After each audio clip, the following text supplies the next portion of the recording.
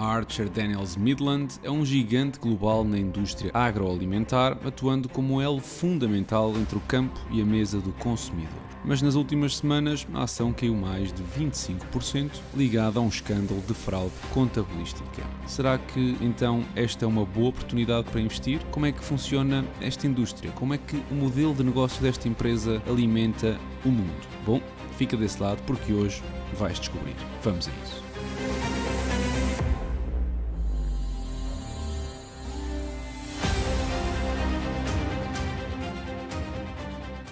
Olá e sejam bem-vindos a mais um episódio do canal Dividendos. E para quem não conhece esta empresa, a Archer Daniels Midland é um gestor e processador indispensável da cadeia de abastecimento agrícola global na produção de ingredientes necessários quer à nutrição animal, quer à nutrição humana. Tem ainda uma linha de probióticos, enzimas e suplementos associados à saúde e ao bem-estar. A empresa tem uma presença mundial com mais de 210 mil agricultores e uma rede de transporte e armazenamento que liga os produtores às indústrias ou consumidores que procuram os diversos produtos, desde diferentes farinhas, adoçantes, óleos vegetais, alimentação para animais e gado ou grãos como o milho ou o trigo. E por isso a empresa divide as atividades do seu negócio em três segmentos principais. O segmento dos serviços agrícolas e sementes oleaginosas, ligado à cadeia produtiva destes grãos, incluindo a origem, a comercialização, o transporte e armazenamento das matérias-primas agrícolas como a soja e diferentes sementes como são o algodão,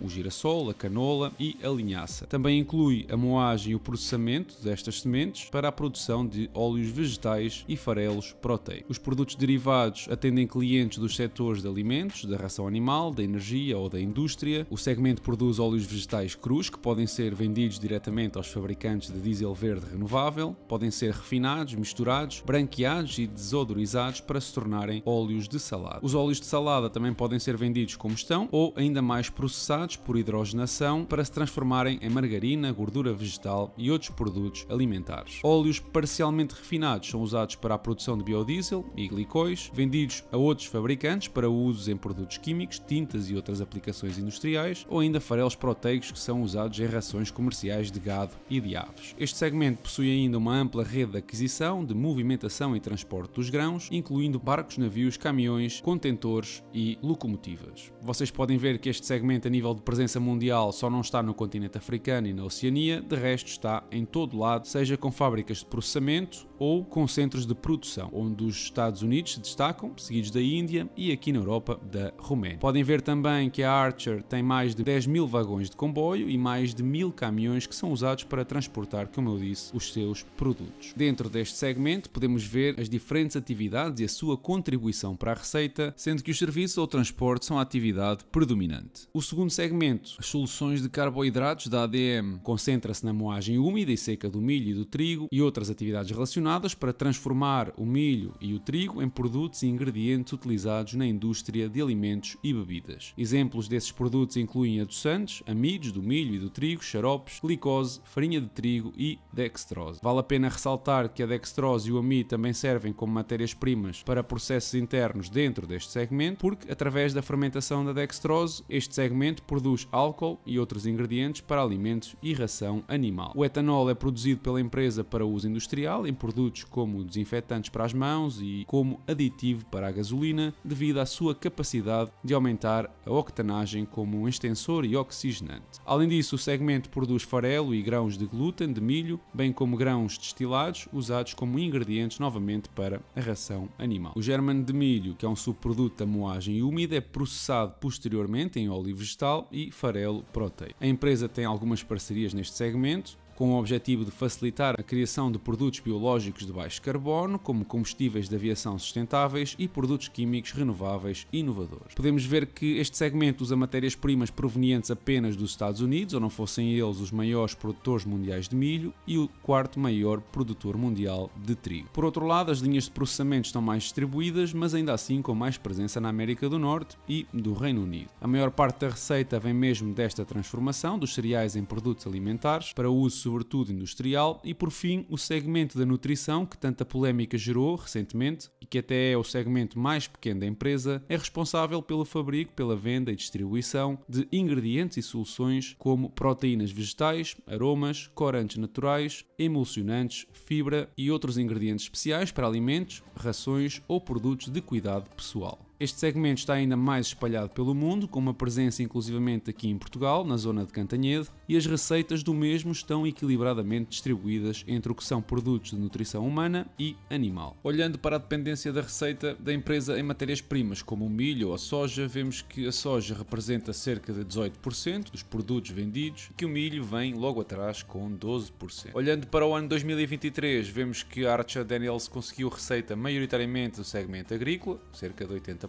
com o segundo segmento a ser o de carboidratos, com apenas 13% do total. Dentro do segmento agrícola, o armazenamento e transporte é mesmo o mais requisitado e chega a representar perto de 50% das vendas da empresa. A nível de lucro operativo, reparem que dos 94 mil milhões de dólares de receitas apenas consegue 6 mil milhões, o que denota logo aqui margens operativas limitadas a rondar os 6%. Numa perspectiva mais geral, a empresa conseguiu lucros líquidos de 3 mil milhões e meio de dólares, um valor abaixo do que foi o ano de 2022. No que respeita à exposição geográfica, numa empresa desta dimensão, vemos que a maioria da receita vem de dois países, os Estados Unidos, como de alguma forma já se adivinhava, com perto de 40%, e da Suíça, que representa mais de 20%. A posição financeira desta empresa mostra solidez, com mais de 1,3 mil milhões de dólares de dinheiro em caixa, que somado a investimentos de curto prazo representam mais de 8 mil milhões, um valor que cobre a dívida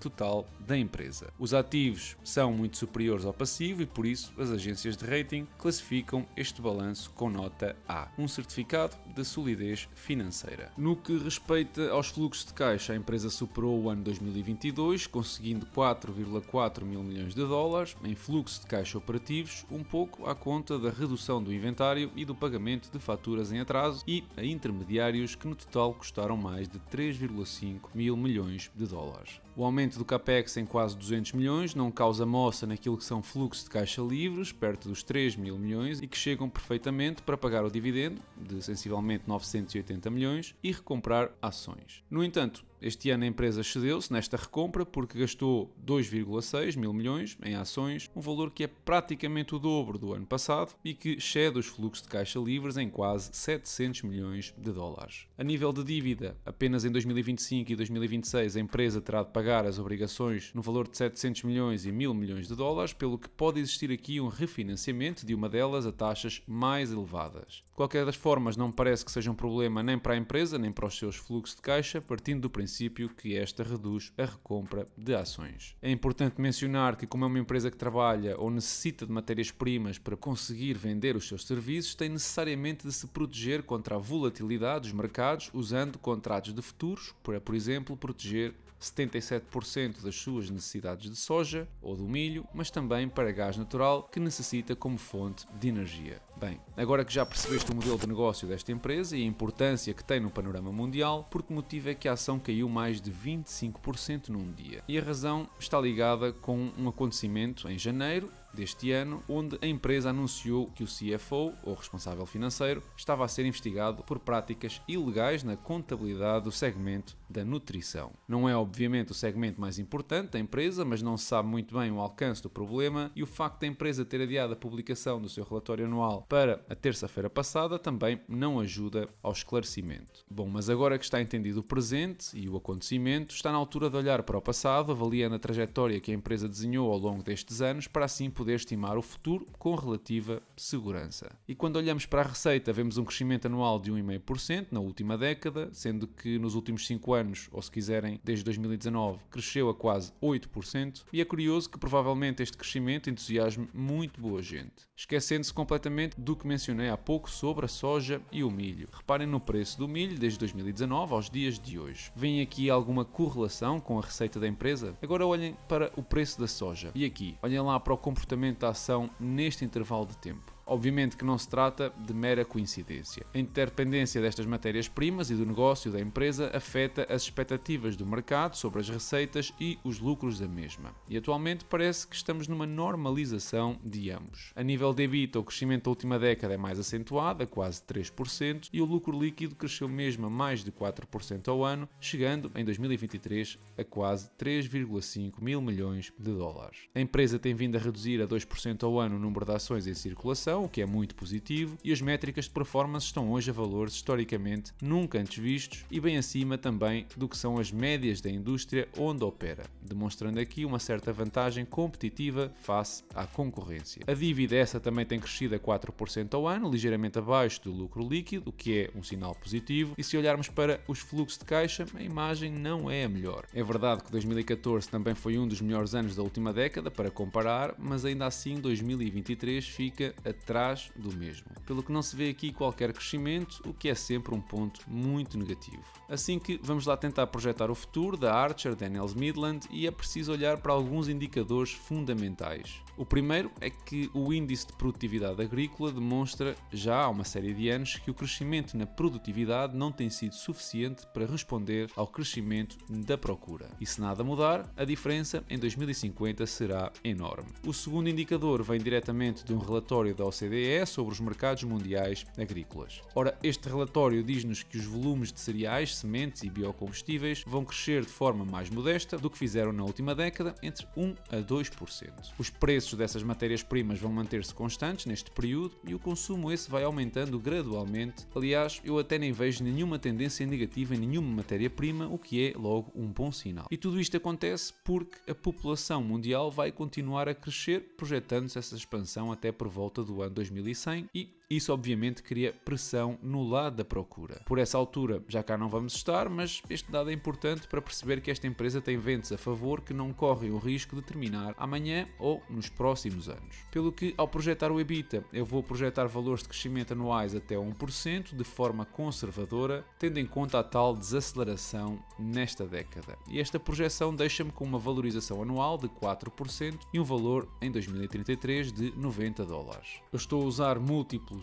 de saída perto da média da indústria e também não estou a considerar uma redução no número de ações, o que poderia inclusivamente aumentar o retorno anual. No que respeita aos fluxos de caixa dos acionistas, para uma valorização anual de 9% e um crescimento entre 1 a 2% ao ano, que não foi capaz de fazer na última década, eu tenho um valor intrínseco de 57 dólares. A nível de preço-benefício, a empresa está muito longe daquilo que já foi a sua média histórica, das 15 vezes, estando agora apenas nas 10. Isto tendo em conta a expectativa de lucro por ação deste ano. Tenham também atenção de que o resultado da investigação das práticas do CFO vai trazer volatilidade, que por agora é só incerteza, mas que pode fazer cair ainda mais o preço ou disparar no sentido ascendente em mais de 20% para retomar o patamar onde estava anteriormente. Eu tenho uma pequena posição nesta empresa de 0,37% do meu portfólio, com um custo base de apenas 38 dólares, e a empresa, verdade seja dita, aumenta o seu dividendo há 50 anos consecutivos e até é altamente seguro, mas os 5% do dividendo mais os potenciais 2% de recompras deixam-me apenas com 7%, de alguma forma garantidos, no mercado que em média sobe 8% ao ano. Assim que este é um dos casos em que eu vou esperar um ressalto no preço até à zona dos 60 a 65 dólares para me desfazer da posição. Vocês podem ver que a empresa pode passar longos períodos de tempo, como entre 2013 a 2020, onde pura e simplesmente não se mexe dentro do intervalo específico de preço e eu não pretendo passar pelo mesmo. De qualquer forma, gostava de saber a tua opinião sobre a empresa, pelo que partilha o teu bitite na caixa de comentários.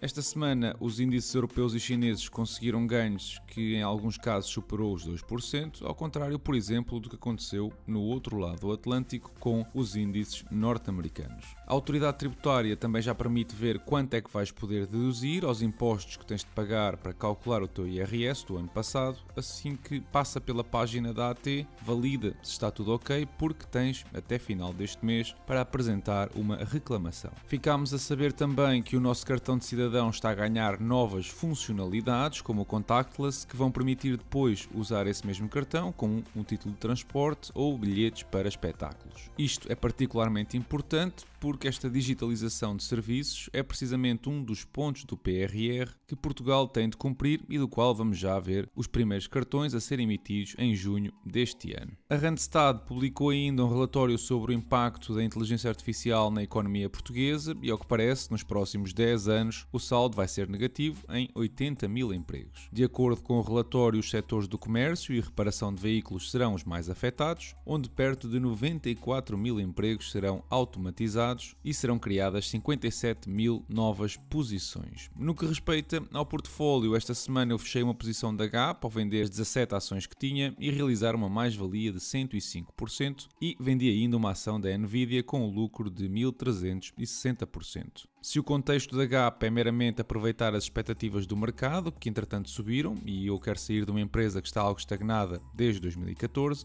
no caso da Nvidia foi meramente aproveitar a euforia à volta da empresa e realizar algum lucro, uma vez que eu acredito que vai acontecer uma correção no preço a curto prazo e possa tirar partido de uma oportunidade mais à frente. Em relação ao estado do portfólio, fechou a semana nos 45% de valorização, tendo arrecadado $59 de dividendos em março. Resta-me ainda dar os parabéns a mais um patrono que vai receber o livro Corruptíveis do Brian Klaas e esta semana ficamos por aqui. Lembra-te que a continuidade deste canal só é possível com a tua ajuda, assim que deixa um like se gostaste do episódio, subscreve aqui no YouTube ou segue-me no Instagram para mais conteúdo e se quiseres ter acesso a mais de 45 análises como esta, passa pelo Patreon, onde podes apoiar o canal com uma pequena contribuição mensal e fazer parte de uma comunidade incrível no Discord, onde discutimos ativamente sobre finanças, empresas, políticas e de tudo um pouco. Da minha parte, eu desejo-vos uma excelente semana e bons investimentos.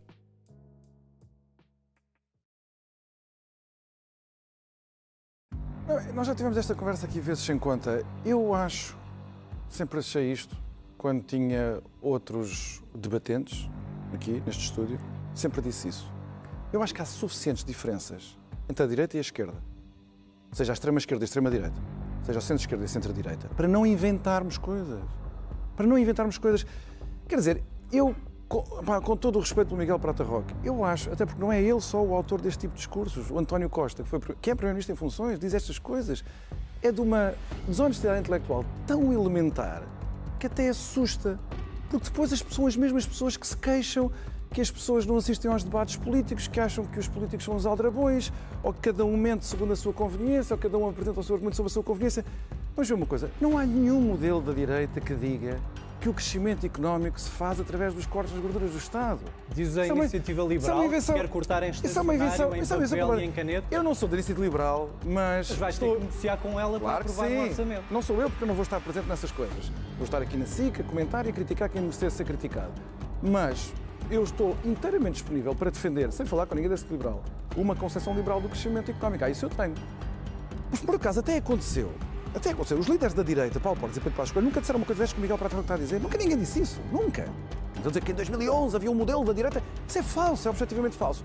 Só que o problema do Miguel Prata Roque é que houve um líder dele, do PS, que em 2015, as pessoas podem ir ao Google e confirmar, foram declarações à imprensa, António Costa disse que não havia crescimento económico sem investimento público.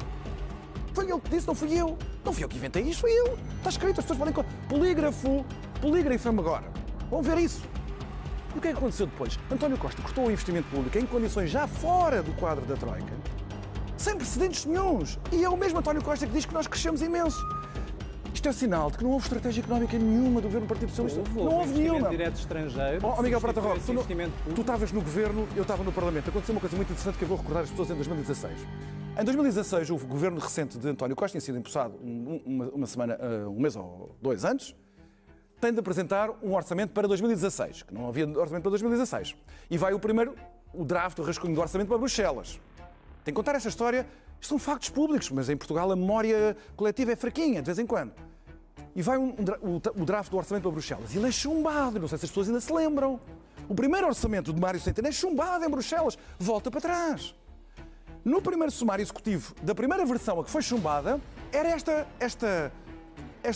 enfim, eu ia dizer uma coisa desagradável, esta lenda que havia um modelo de crescimento económico alternativo para um país altamente endividado e que tinha sido endividado na possível pelo Partido Socialista e que tinha saído um programa de assistência.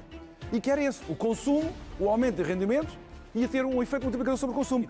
Isso foi, não, Miguel, para isso foi chumbado. Ao ponto de depois o sumário executivo do segundo, Miguel, tu podes confirmar isto nos documentos. Pronto.